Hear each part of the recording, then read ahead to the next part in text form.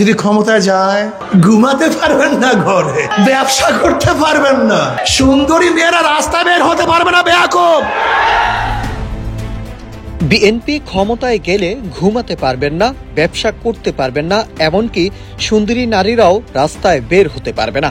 সচেতন হন জনগণ। আর কত চাঁদাবাজ, জুলুমকারী ও অত্যাচারীদের পরিবর্তন চান না। বিএনপি যদি ক্ষমতায় যায় দেশে অরাজক পরিস্থিতি সৃষ্টি হবে বলে মন্তব্য করেছেন ইসলামী আন্দোলন বাংলাদেশের নায়েবে আমির মুফতি মোহাম্মদ ফয়জুল করিম। বরিশালের বাকেরগঞ্জ ইসলামী আন্দোলন বাংলাদেশ আয়োজিত গণসমাবেশে এসব কথা বলেন তিনি। বিএনপি ও আওয়ামী লীগের রাজনীতি নিয়ে সমালোচনা করে ফয়জুল করিম বলেন, যে চাঁদাবাজির জন্য মানুষ আওয়ামী লীগকে তাড়িয়েছিল সেই চাঁদাবাজি এখনো আছে, বরং বেড়েছে। ধর্ষণও কমেনি, আগের চেয়েও বেড়েছে।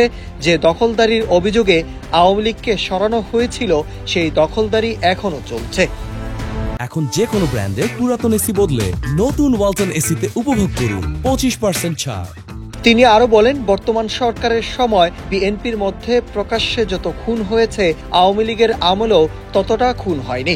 যারা এসব করছে তারা যদি ক্ষমতায় আসে খুন, ধর্ষণ ও চাঁদাবাজি আরো বাড়বে। দেশে ন্যায়ভিত্তিক রাজনীতি প্রতিষ্ঠা করতে হলে প্রয়োজনীয় রাষ্ট্র সংস্কার, জুলাই সনদ বাস্তবায়ন এবং সংখ্যানুপাতিক পিআর পদ্ধতিতে জাতীয় নির্বাচন হলে এসব অনাচার বন্ধ হবে। অন্তর্বর্তী সরকারের প্রতি আহ্বান জানিয়ে তিনি বলেন, আপনারা যদি পিআর পদ্ধতি না মানেন, গণহত্যার বিচার না করেন, তবে জনগণের আস্থা পাবেন না। ভেবেছিলাম বৈষম্য দূর হবে, কিন্তু সংখ্যালঘুরা এখনো বঞ্চিত। 1971 থেকে 2024 পর্যন্ত যারা দেশ শাসন করেছে কেউ বৈষম্য দূর করতে পারেনি।